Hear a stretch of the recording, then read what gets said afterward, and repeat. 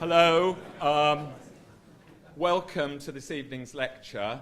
My name's John Mullen, I'm Dean of Arts and Humanities at University College London, and I'm just here to say nothing about the lecturer, who will be introduced by David Taylor in a second. I'd actually prepared a rather amusing literary introduction, but I've been told that I can't use that. So I'll just say a couple of brief things, which is how happy I am that UCL is now home to the Orwell Lecturer and indeed the Orwell Prize, and that seems to me appropriate because UCL should be the natural home.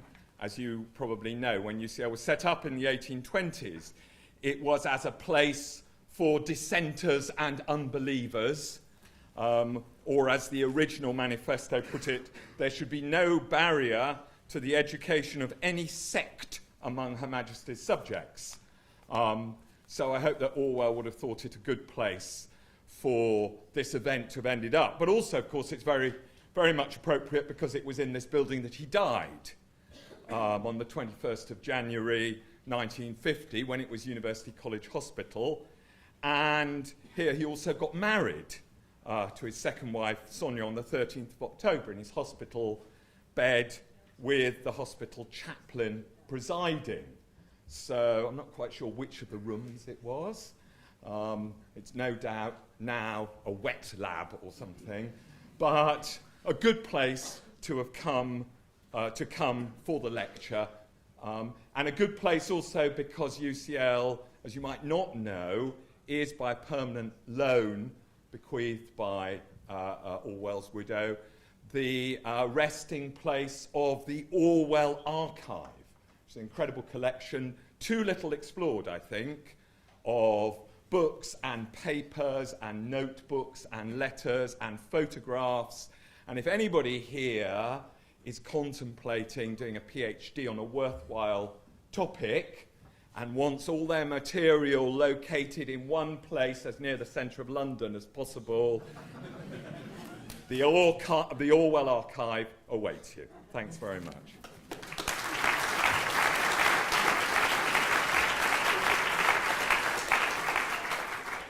Thanks very much, Professor Mullen. I'm David Taylor, representing the Orwell Prize Council. One or two very brief logistical things to say, which is that there is a drinks reception afterwards in front quad, to which you're all welcome. Please just file over the zebra crossing and you'll see what I'm called is the hut in front quad. Ian is going to talk for about 35-40 minutes. He will then take questions, and after that we'll have a vote of thanks by Professor Jean Seaton. It's a very great pleasure to welcome you all here again, the 2016 Orwell Lecture. Those of you who are regular attenders will probably regret the fact that I'm not wearing Orwell's tie this evening. It generally gets an annual run out, but it's just too frayed, and I thought if I go and drop some mayonnaise over it and dinner afterwards, that will be the end of Orwell's tie, so it's safe at home. One of the things we do at this lecture is to remember Professor Sir Bernard Crick, who died 8 years ago this year. He was the only begetter of the Orwell Prize and the lectures, and whose memorial this splendid attendance this evening is. I'm absolutely delighted to have Ian Hislop here talking us to evening. Nothing, I think, could be more timely than what he's going to say to us about the right to dissent and the left too. I've known Ian a great many years. I've always wanted to get him to do this, and I sold it to him this year, having failed to sell it to him in previous years, by saying, Ian, ever since I've organised this lecture, we have raised the bar year upon year. The speaker invited has been yet more distinguished, yet more celebrated. I said, last year we had Rowan Williams, and he packed them out and was utterly wonderful, to which Ian said, well, no pressure then, I see, in 2016. He really is one of those people who does need no introduction, so I'm not going to give him one. I'm just going to say that I hope... Well, I mean, I could pay you a few choice compliments if you really... All I could say is that I've known Ian for over 30 years, and the exercise of his intellect when I observe it always seems to be remarkable. So I'm very much looking forward to this evening, as I'm sure you are. Ladies and gentlemen, Ian Hislop.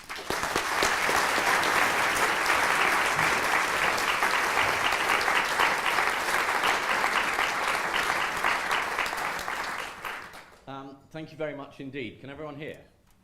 Yeah, excellent. I was extremely flattered to be asked to give the Orwell Lecture this year. And I wanted to start by making it clear that I'm not an expert on Orwell, and indeed I'm not an expert on anything else, which in the current political climate makes me the perfect speaker. I'm sure Mr. Gove would approve of the committee's choice. I do feel underqualified. Last year, the former Archbishop of Canterbury, Rowan Williams, gave this lecture and drew out the links between George Orwell and the Catholic writer Thomas Merton. I was tempted to give a speech this year about the influence of George Orwell on the Catholic comedian Paul Merton. But I decided that probably wasn't academic enough as a subject, though mystic in his way. So, I am genuinely flattered to be given this job, but I have to say the timing's fantastic. To be asked in this week to talk about the author who created 1984 and Animal Farm. Anyone who thinks that post-truth politics is anything new needs to be reminded that Orwell was writing about this phenomenon 70 years before Donald Trump. And now time for the first slightly pointless slide.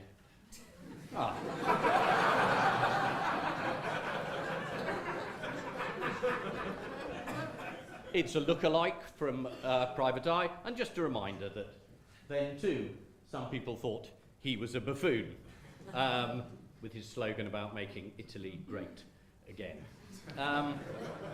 It's been an amazing week. Listening to President-elect Trump, I just can't get used to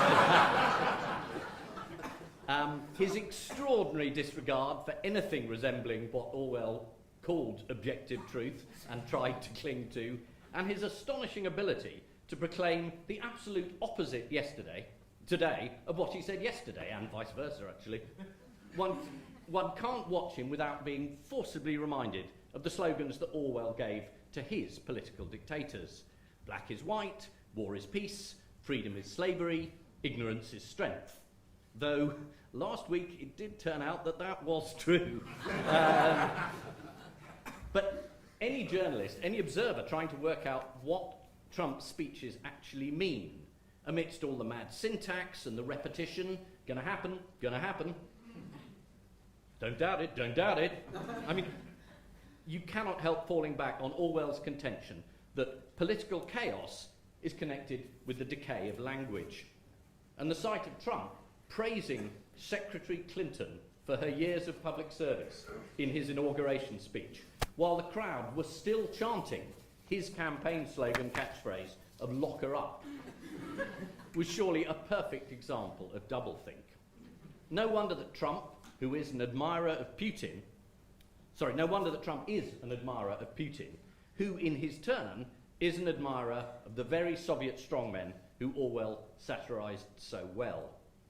These echoes from the past are very strong in America and in Russia at present, but there are obviously plenty of them reverberating through British and European politics as well.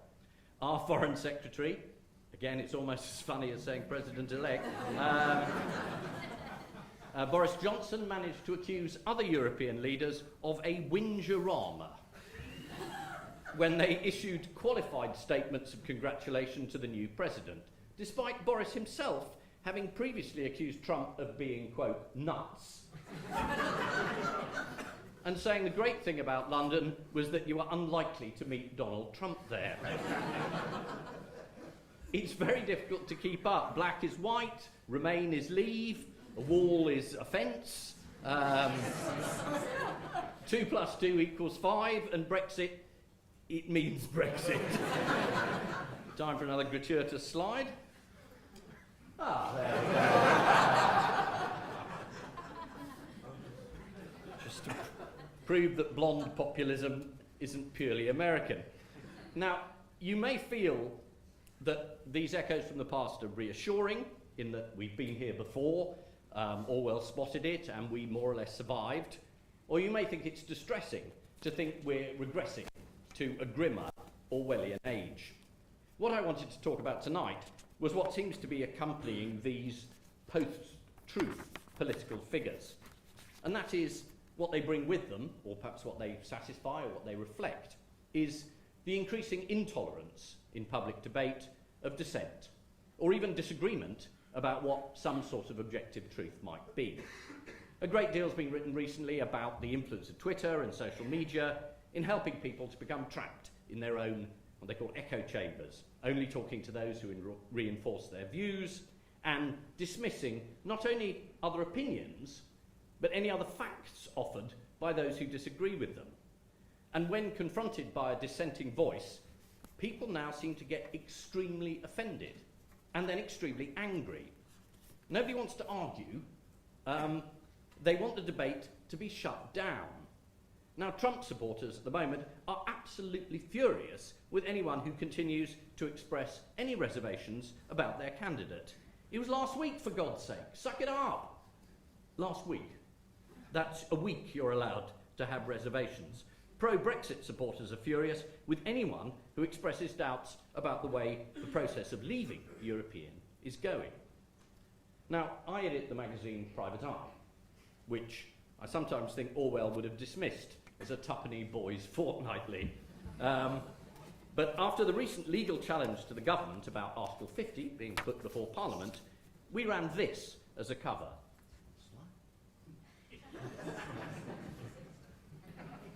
Fairly simple joke, Brexit's latest, then, now. It's a variant of the wheels coming off joke that, let's be honest, has been used a few times in British comic history. But this led to an absolutely enormous postbag of complaint this week. Absolutely incredible, including a man, and he wrote to me saying, "This cover is repulsive."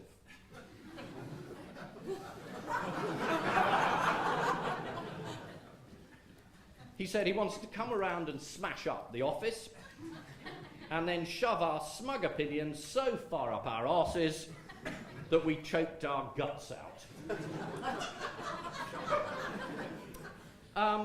Which was sort of charming in its way. And actually many of the emails were in a similar vein, not wanting to argue the point, but simply wanting us to shut up. There was one from a vicar as well. And he told me it was time to accept the victory of the majority of the people and to stop complaining. Acceptance is a virtue, he said. I wrote back, and I told him this argument was a bit much, coming from a church that had begun with a minority of 12.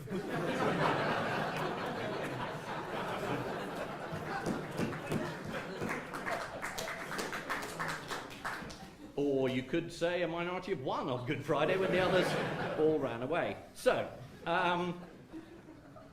and this anger comes from the winners.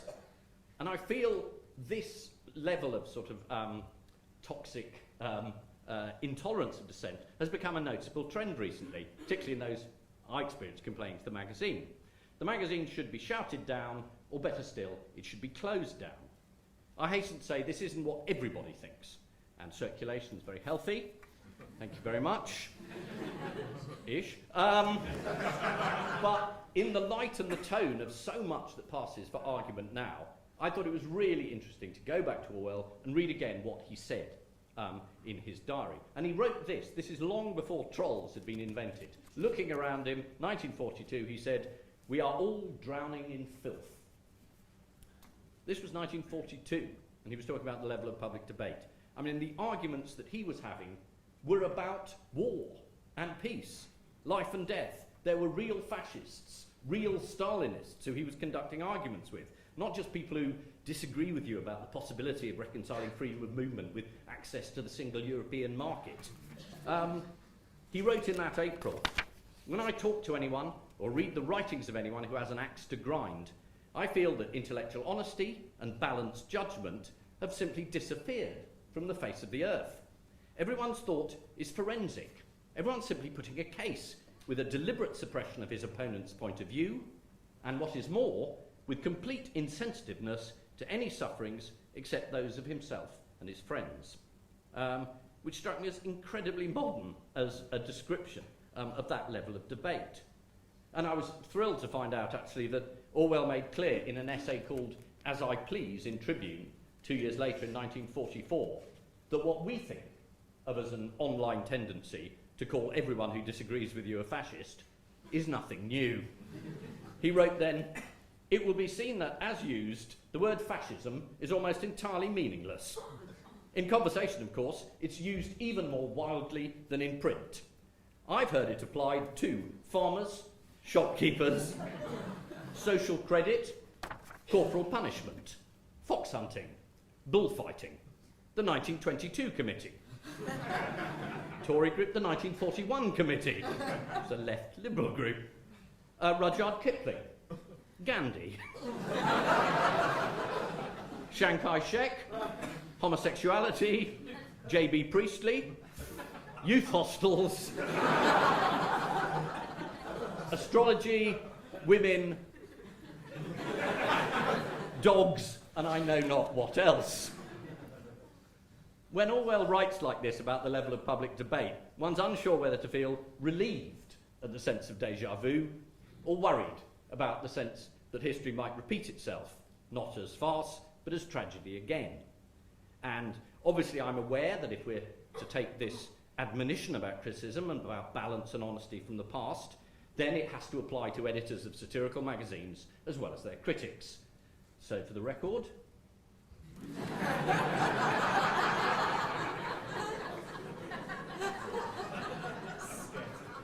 it's not funny or clever, is it? This was put up by an online critic suggesting that I was no better than Trump and that my own views were unbalanced and dishonest. I thought about what Orwell had said, and I instructed our lawyers to get it taken down. No, I didn't. I tweeted that he was worse than Hitler. I didn't do that either. I'm probably going to have to leave that up for a while. It's very disturbing, but I'm going to look for it.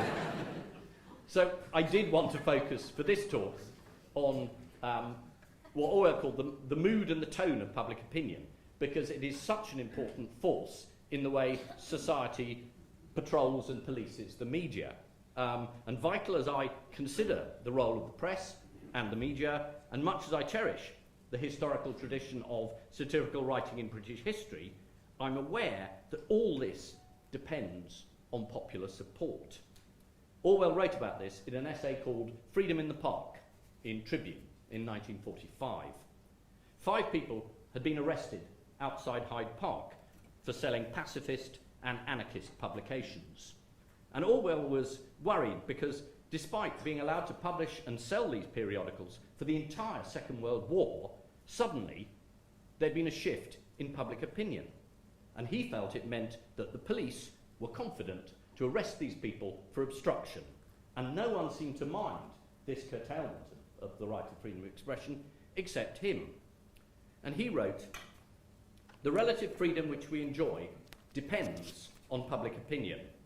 The law is no protection. Governments make laws, but whether they are carried out and how the police behave depends on the general temper in this country.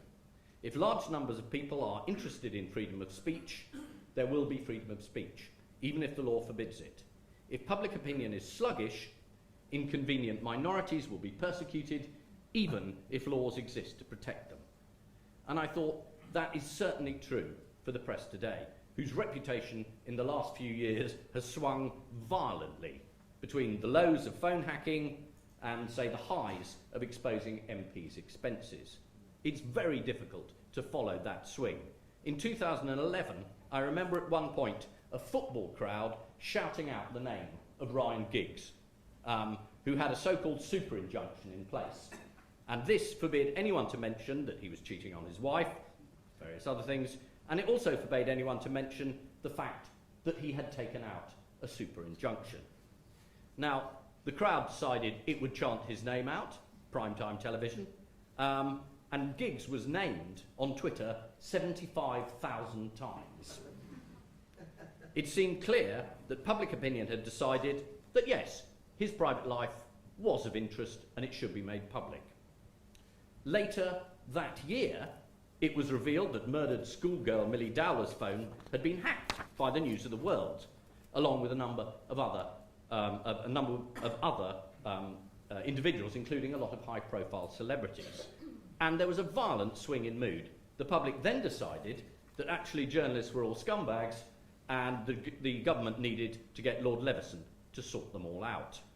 Now, those of us who maintained throughout the Leveson inquiry and the hearings that the problem was the fact that the enlisting laws were not enforced, as Orwell had put earlier, the laws on trespass, contempt, etc., and they weren't enforced because of an unhealthy relationship between the police, the press, and the politicians.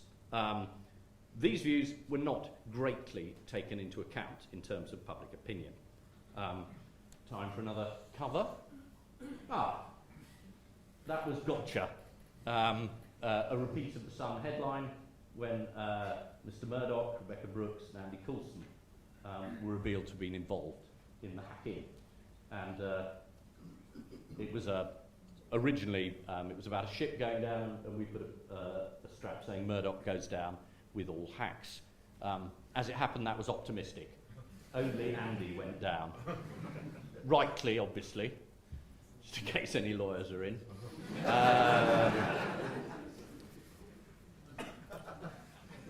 So I am interested in this issue of whether public opinion actually supports freedom of expression and allows critical views and supports that freedom to do so.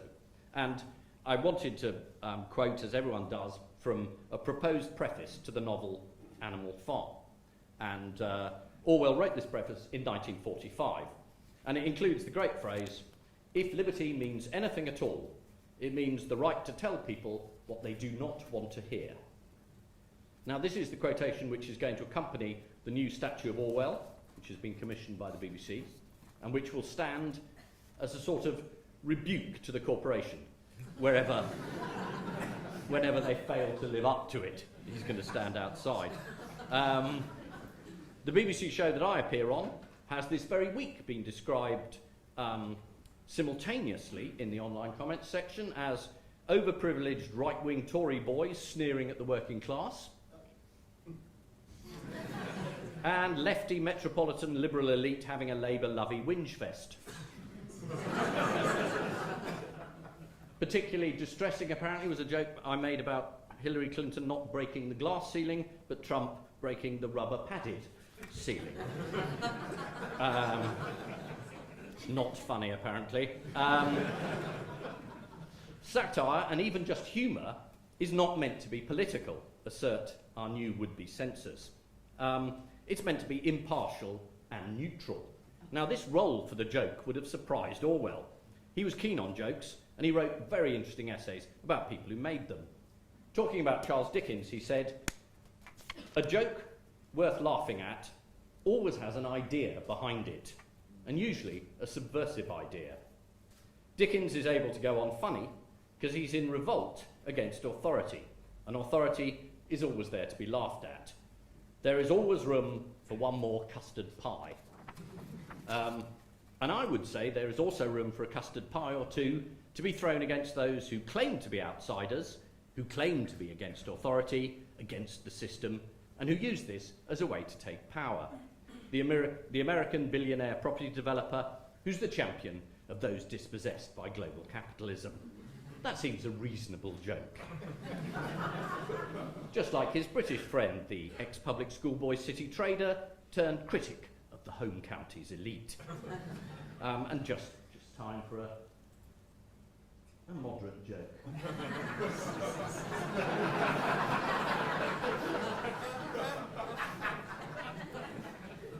Not hugely subtle, but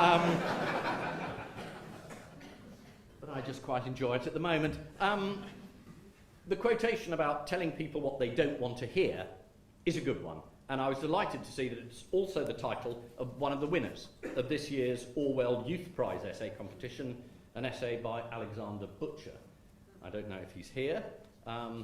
His essay covers a lot of the ground covered in this speech, but does it rather better, and with fewer references to himself.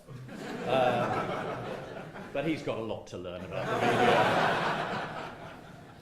But it is interesting that this emblematic quote from a preface to Animal Farm didn't actually appear in 1945.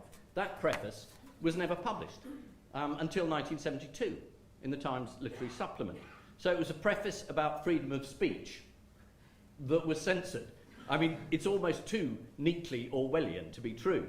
And in fact, no one seems to know exactly what happened to it. But I think it's fascinating to read Orwell complaining in this preface about the fact that his novel, which we all now assume to be obviously a masterpiece, uncontroversially accurate about the nature of revolution and dictatorship, and perfect for teaching to children in schools, was then considered to be unacceptably, offensively satirical. And the target of the satire was the Russians, our wartime allies. Now, it's difficult to imagine a time pre-Cold War, pre-Putin, when the Russians were seen as not the enemy, but entirely our friends. Again, the Trump presidency may well change all that. Oceania may well not be at war with Eurasia tomorrow. It may always have been at war. It's difficult to guess, but in those days, Orwell said the prevailing opinion was that it was not done to be rude about the Russians. You could be rude about Churchill, fine, not the Russians. And interestingly, I think looking back, there's now a significant faction on the British left who share this view. For example, we had this recent cover on Private Eye. Ukraine air disaster, Putin saying, I'll find those responsible and give them a rocket.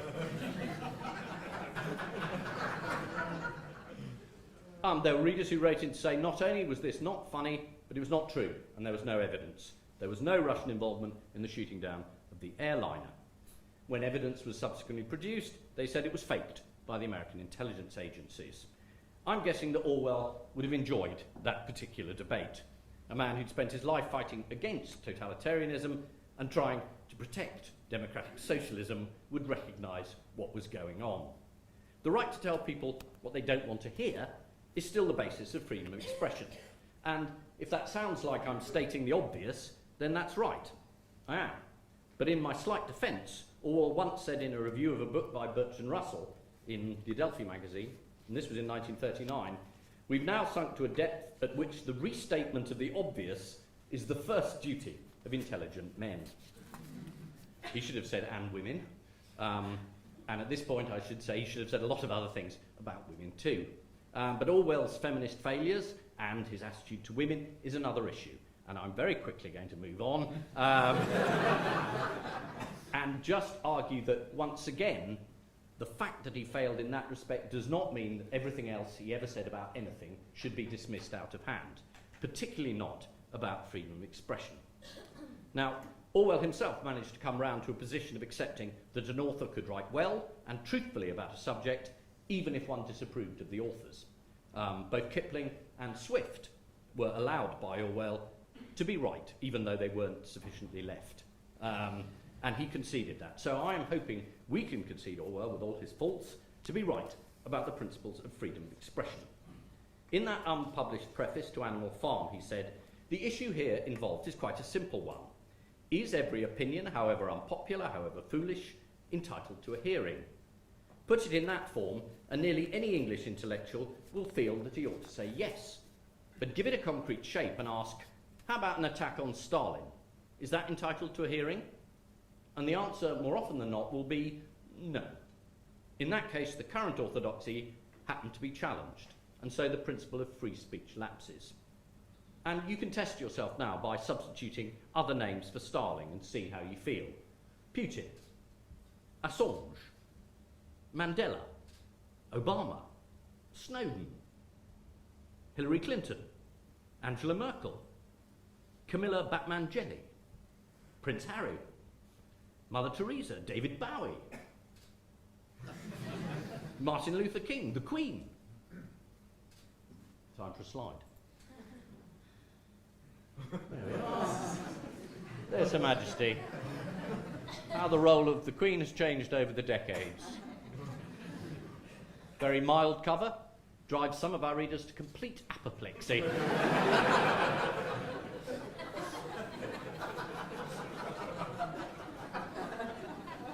You think about the names I've mentioned and you just say, I think now the intellectual response would largely be to say that these are acceptable. But there might be some who would suggest that any attack on any of these people should be referred to some sort of overseeing body, a version of the old Ministry of Information, some sort of arm's length, royal charter, Ofcommy sort of thing. However, the populist response, the common man or woman, who Orwell was always confident would be in favour of everyone being allowed their own opinion, I think that might be different now. There are places where, you know, if you substitute the name Trump or Farage and ask the question, you won't get a liberal response. You'll get a version of get over it, suck it up, you lost. What bit of it don't you get? What bit of democracy do you not understand?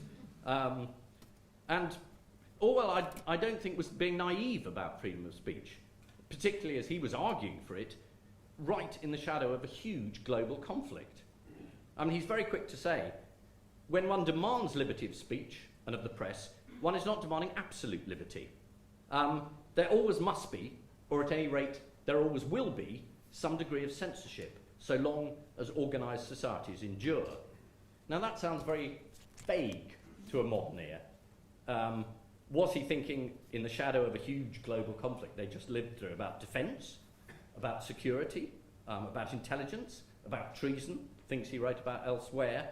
I'm certain he wasn't thinking about incitement to racial hatred or religious hatred or encouraging terrorism or propagating homophobia or transphobia or any of the issues that make the issue of freedom of press complex now.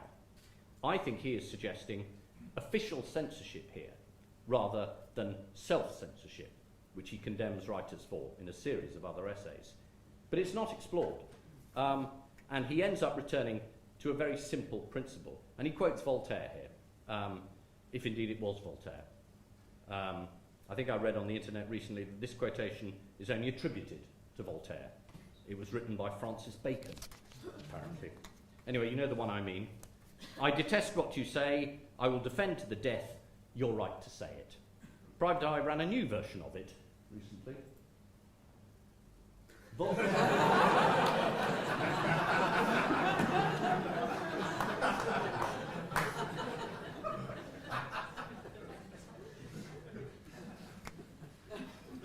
This is a worrying trend, but it seems a good place to show the cartoon. And what happens in universities tends to come through into the rest of the media, and then in the rest of society. Wanting a space in which you don't have to hear views which might upset you, demanding trigger warnings about works of art that may display attitudes which you find offensive, are all part of an attempt to redefine as complex and negotiable what Orwell thought was simple and non-negotiable. And this creates problems. We ran a guide in Private Eye as to what a formal debate in a future university would look like. The proposer puts forward the motion to the House. The opposer agrees with the proposer's motion. The proposer wholeheartedly agrees that the opposer was right to support the motion. The opposer agrees the proposer couldn't be more right about agreeing they were right to support the motion. Opening up the debate to the floor, the audience puts it to the proposer and the opposer that it isn't much of a debate, really, if everyone agrees with each other. The proposer and the opposer immediately agree to call security. The audience is ejected from the debating hall. This goes on until the motion is carried unanimously. Anyway, on a number of student comment sites, this piece was dismissed as sneering and worse, fascist. But it is only a restatement of something that Orwell wrote in that unpublished preface. He said, everyone shall have the right to say and to print what he believes to be the truth, provided only that it does not harm the rest of the community in some quite unmistakable way, which seems to me a very good definition. Both capitalist democracy and the Western versions of socialist have till recently taken that principle for granted. Even our government, as I pointed out, this is in 1945, still makes some show of respecting it. That's not always the case now, as for example the former Guardian editor and deliverer of this lecture found out in his dealings with our government over security and intelligence. So the principle does benefit from repetition. And it's always worth a comparison, which I know he did, with the attitudes of other countries who we don't wish to emulate. I mean, currently the EU's failure to confront the Turkish Prime Minister's closure of newspapers and arrests of journalists because they wanted help to solve the refugee crisis is something I think we're going to be very embarrassed about. An old German law to prosecute those making fun of foreign leaders was invoked by Erdogan and backed by Mrs. Merkel. and this led Private Eye to run a competition for Turkish jokes. My favourites were, knock knock, who's there? The secret police. That's the joke. The other one, what do you call a satirist in Turkey? An ambulance. These were particularly enjoyed by our Turkish readers. They were, actually. But back on the home front, I say at Private Eye, often to my disappointment, I must confess I've had very little interference from government directly. Only on the subject of defence did I once have a call from the Admiral who was in charge of the D-Notice Committee, which deals with security. And I think this is an interesting example of how Britain works. This was during the first Gulf War, and the plans for Desert Storm had been stolen from the back of a Volvo, along with a car. All the plans gone. And quite embarrassing for the Ministry of Defence for all the plans to have been stolen. Anyway, the Admiral in charge of D-Notice rang me up. He said, is that Ian Hislop? And I said, yes. And he said, you know those plans for Desert Storm? I said, yes. He said, you haven't got them, old boy, have you?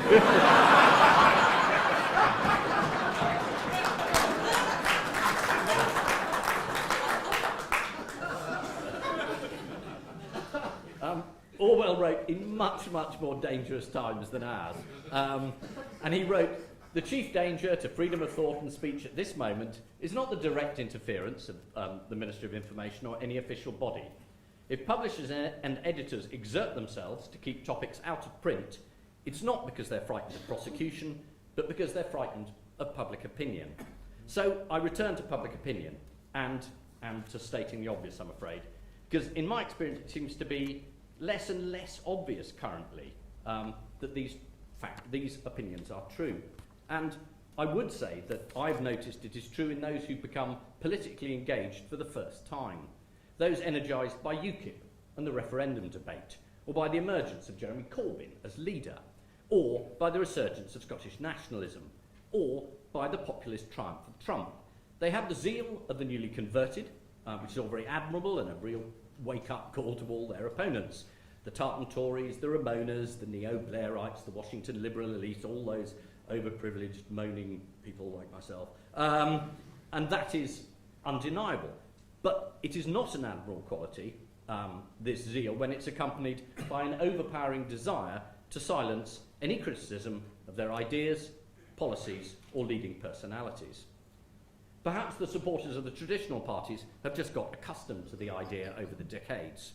But I've found, certainly in Private Eye, that there's not a huge amount of fury from Tory, Labour or Liberal camps when their leaders or policies are criticised or mocked, often in much harsher ways than the newer populist movements. So there was absolute rage when Private Eye included the new Scottish nationalist MPs in the long-running New Boys and Girls column. And when the magazine suggested that some of the claims the SNP were making for the future of an independent Scotland might be exaggerated. Top picture of the Yes campaign, that's Scotland as it will look. That's if it stays as part of the UK. There were one or two readers, I would say, who quoted Orwell's distinction about the difference between patriotism being the love of one's country and nationalism being the hatred of other peoples. But on the whole, the tone was mostly, when, if ever, will you ignorant pricks on the eye be sharp enough to burst your smug London bubble? Those people who disagreed with the SNP were beneath contempt if English and traitors if Scottish. And this was matched by the sheer fury of the Corbyn loyalists at coverage of Jeremy's problems with the opposition, internal party discipline, or the suggestion there might be something a bit fishy about that video about lack of seats on the train. There we are. Corbyn denies misleading the public, and he's saying they'll be accusing me of reading Private Eye next.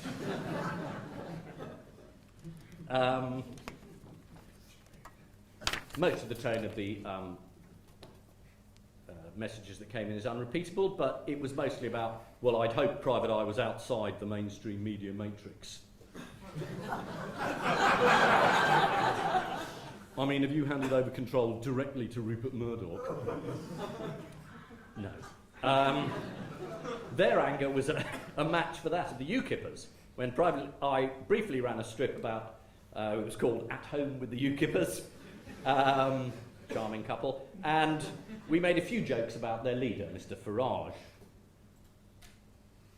That was one of UKIP's triumphs. Mark Reckless saying I'm reckless, Carswell saying I'm shameless, and Farage saying I'm legless. The suggestion that it was the Great British Vote-Off and a fruitcake had won, again, didn't amuse.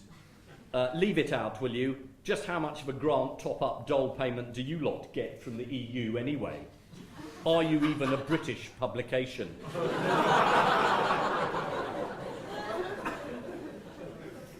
I don't to go on, but I mean that's sort of politics. But it's not just party politics. There are a lot of people who really don't want jokes to be made about anything much, and certainly not anything serious.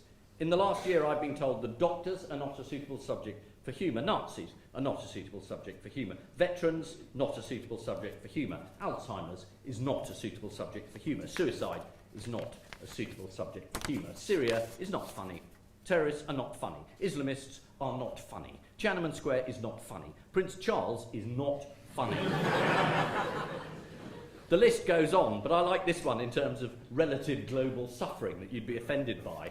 Private Eye published a spoof advert for a floating bathtub. It was a model of a town that had been flooded in the West Country. And someone wrote in, "Is it really funny to lose all your possessions or home or business in a flood in the middle of winter through no fault of your own? Shame on you." The list goes on. And it really is time for me to finish. I realise, having come to the end of this talk, that, as I warned the organisers, I don't seem to have advanced any great new thesis or shed any great new light on Orwell. That my observations on this shifting public mood in these times may seem trivial. For this I apologise, but I was initially inspired by someone who quoted at me Orwell's remarks in 1948 in an essay in The Socialist Leader. He said, "Threats to freedom of speech, writing and action, though often trivial in isolation, are cumulative in their effect, and unless checked, lead to a general disrespect for the rights of the citizen." In other words, the defence of freedom of speech and expression is not just special pleading by journalists and writers and commentators and satirists, though it is obviously that as well. It comes from a more widespread conviction that it is what Orwell said it was, the intellectual liberty without which without a doubt has been one of the distinguishing marks of Western civilization. So in gloomy times, I would like to leave you with another letter written to Private Eye that I found offered some cheer, some confirmation of a belief in the common sense of Orwell's common man or woman. We printed this cartoon, which I thought was rather good. It's the grand old bipolar Duke of York. When he was up, he was up. When he was down, he was down. Now, a lot of people didn't like this cartoon, and I got a letter from someone saying, "I suffer from a bipolar condition, and I saw your cartoon, and I thought it was absolutely disgusting. Looked at it again a few days later, thought it was really funny."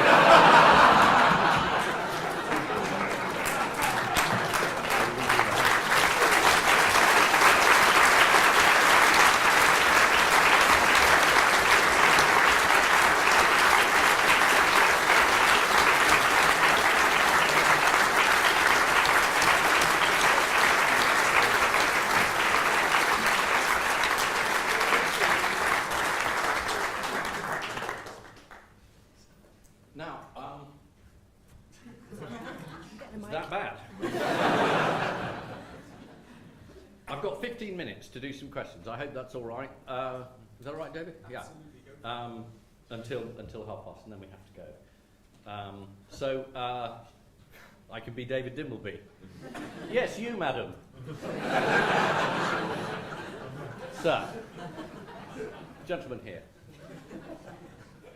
In the light of free speech, do you think that present attitude to PC has reached or overreached its limits? What did you, PC had overreached its limits? Yes.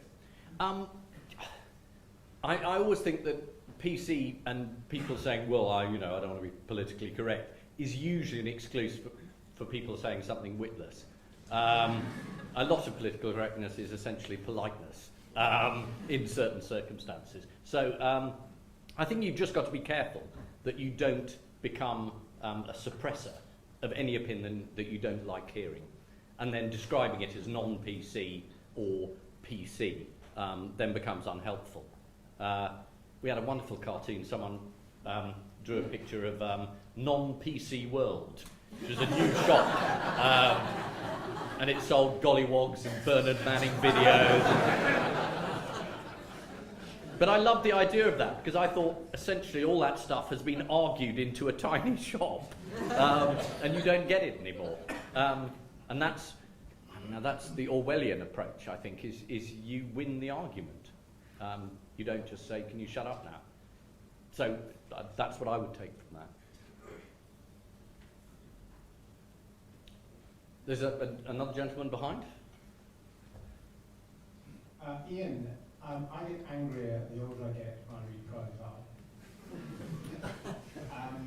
And my question really is, can you give some examples of where Private Eye's political satire has changed government policy? No. No, I started off in the wise words of Peter Cook ringing in my ears. He said, satire in the Berlin cabaret in the 30s, it really stopped Hitler. Oh, no, it didn't. I think you have to be careful, hoping that, or being too pompous about the idea that your satire will immediately change government policy. I think what you do is you help to crystallise opinions, you challenge what people think, and then they, in turn, will effect a change. And I think the effort of doing it is worth it, even if you find you can't. I mean, we do have older readers who quite often cancel their subscriptions, and I think, oh no, what's happened? And they said, it's just too depressing. I can't read your magazine anymore. Everyone in it is ghastly. I said, well, I can see that.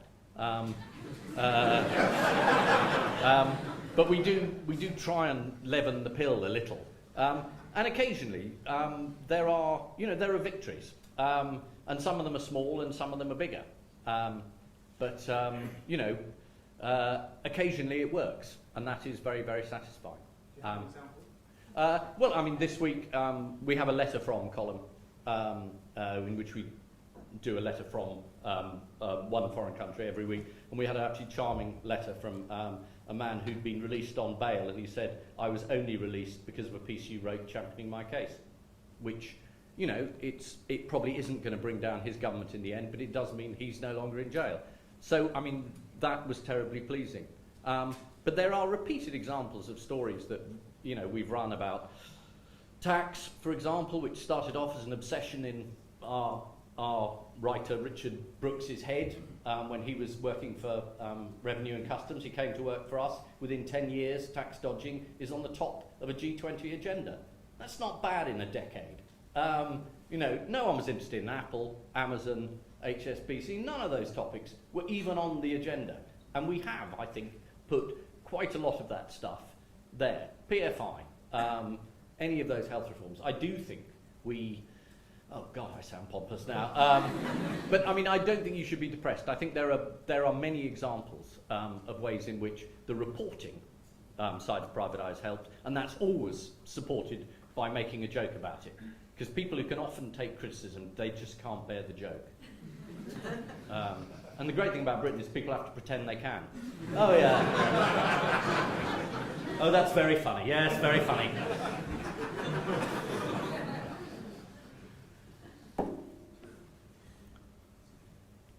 Well, there's a cheery note to end on. Oh, there's a gentleman there.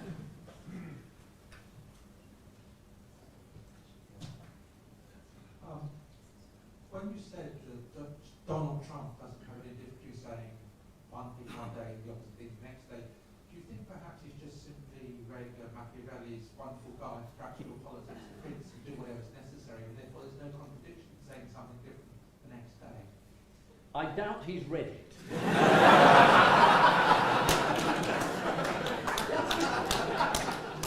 But I would guess he instinctively knows that is true. I'm worried about what his supporters will think. I mean, we're only a couple of days in, and the wall is literally now a fence in bits, maybe, possibly. And fabulous yesterday, him saying, no, some of the pillars of Obamacare are very impressive. And you thought, you didn't notice that for 2 years? I mean, it's going to be very, very strange. And the only thing he's stuck to that he really knows about is abortion, which again, given his sort of record in terms of, you know, the right-wing American family goodness, may prove a problem for him. So, I mean, God knows where we are. But it's certainly very strange. So Machiavelli, probably, yes. I think. There's a young person at the back. I'm just wondering what you thought and why perhaps people... I was just wondering why you thought maybe people of our generation are more inclined to do these kind of things as no platform, particularly at educational establishments, and why you've seen a trend towards that. Well, I mean, I should be asking you, really. I don't know. I think it's there's more of a turning into the personal in your generation. The issues that interest you seem to be more about yourselves and about individuality, and that emphasis on gender and all that stuff is all in this sphere rather than in the public sphere. And I think that might have something to do with it. But, you know, I really am getting way out of my depth here. I'm just interested in the idea that, you know, in universities of all places, you shouldn't want to challenge people. And that seemed to me, I mean, you know, certainly when I was at university, the most interesting thing was to find out what other people thought and why, and whether any of it made sense. And when you don't find that out, it becomes dangerous, I think, because you just think, well, I think this, you think this, all my friends think this, he doesn't think this, she doesn't think this. Well, I think it's time that they went to jail. You know, and it's not a great leap for a lot of people. You don't share my opinions. I'd really like you to be put away. You know, I'm someone who's been attempted to be put away a few times. I feel that rather strongly. So, but again, I mean, I think it's really interesting, and I really don't think it's healthy. I don't think it's just a sort of, oh, well, we explain this away.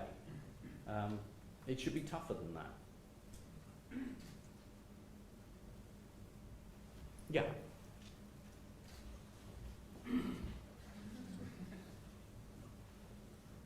Thank you. Were the Daily Mail right to express their dissent with the headline "Enemies of the People" last Friday when it was High Court judges doing their job? I think they are, and I think it's up to us to say that's disgusting. I don't think with the Daily Mail, I've said this frequently, don't ban it, just don't buy it. You know, and the rest of you don't go online and read about the Kardashians, because you just make their economic model work.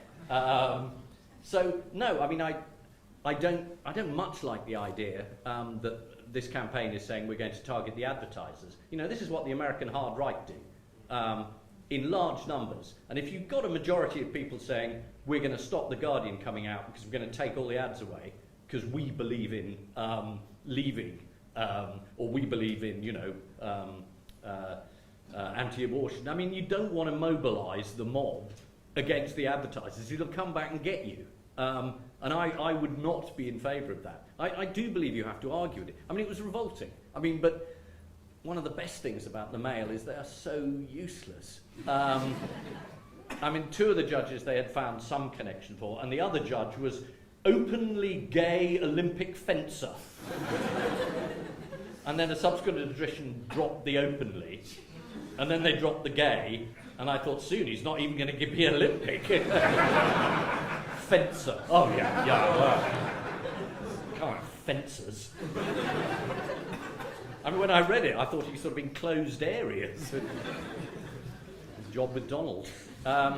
So, you know, I mean, it is, unfortunately, I mean, it's the right to tell you things you don't want to hear, and they may be bollocks. And I mean, it was pretty revolting. But again, I think you have to worry about trying to shut that down, rather than argue against it or point out that none of us need lessons in patriotism from Lord Rothermere and his father, who went to Paris to avoid paying taxes. And he's still a non-dom. Any lawyers still in?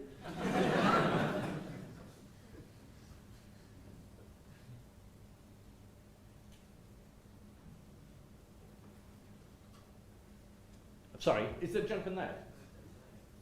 I'd be a rubbish auctioneer. You spoke about the question of echo chambers and the extent to which people in the media generally are locked into the echoes from echo chambers, so to speak. Yeah. But I think I'm right in saying you didn't link that to the rise of the internet, which a lot of people are now throwing into that argument. And I just wonder whether or not you think the kind of breaking up of news media, especially into internet-type platforms, has actually locked people more into this echo chamber as you describe it, or whether or not that's simply something that's not really a different phenomenon to what's always been there. I think you're absolutely right. I think it is related to that, and I think it's Orwell talks about conversation and about pamphlets and about print, but he had no idea that you could have an algorithm which selected other people's opinion which agreed with you or other sites which would agree with you, which means you're less and less vulnerable to any other opinion. So no, I think that is absolutely right. It's certainly true in my experience. And also context goes. And you know, the great thing about print, which I will unashamedly always bat for, is you will get an article here which says something different from an article here. You will get an op-ed piece, you will get a leader. You will not just get a feed of stuff that you think you're going to agree with. And so when you open the paper, you will see this stuff. And that has got to be, I think, healthier than what you're talking about. So that is, I think that's dangerous. And it's on both sides. You know, I mean, if you're Fox News and Breitbart, I mean, you know, nothing will come your way that doesn't have something just tailored for you. And I think that's bad for everybody.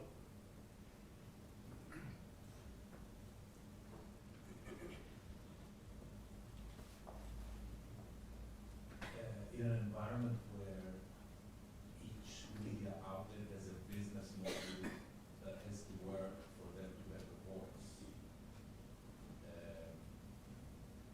the BBC doesn't. As the world is changing, are you worried that these changes may at some point threaten the voice of the BBC? Yeah. And I think the BBC, the BBC has to be smart. It has to be smart about the technology and not link it to watching on a screen.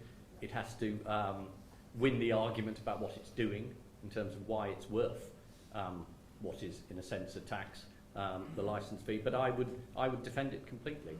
And I don't think you have to look very far to see why it's a useful model. And Orwell, of all people, who worked for the BBC and knew its faults. He also knew the extraordinary things you could achieve through it. So yes, I'm worried about all those models. This is a problem, again, for the next generation, is finding a way of not having stuff for free that is that people are prepared to pay for. Because, I mean, you know, there's a quote here. Political writing is an art. A lot of journalism is difficult. It takes time, it's quite expensive, and if it's any good, it requires, you know, a lot of people to do it.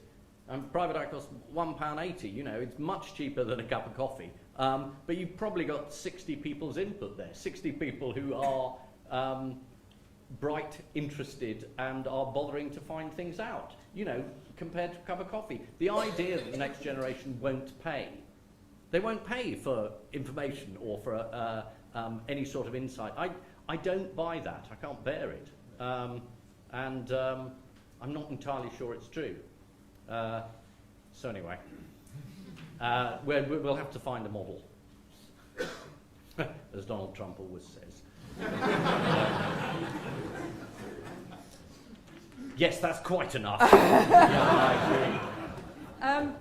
My name's Jean Seaton, and I'm the director of the Orwell Prize, and I know this conversation has to be brought to a stop, but it can go on at the tent, which you just go out of the front door of here, over the road to the main UC building, and there's a very, very ugly sort of tent in the garden, and you go into that and get a drink. When Ian was talking, I was thinking actually that one of the things that Winston Smith does in 1984, the thing that's the most transgressive is that he buys a diary to keep a private thought in it that he then hides, which is, again, one of those extraordinarily pertinent things for now, because authoritarianism starts with you not being allowed to be a person. But I really wanted to thank Ian very, very much, and I wanted to recommend that you all come to 1984 Live. We're going to read 1984 Live with lots of excitements on June the 6th in the Ministry of Truth, otherwise known as Senate House. And perhaps there'll be no platform. I hope we will be, because I intend that to be very transgressive.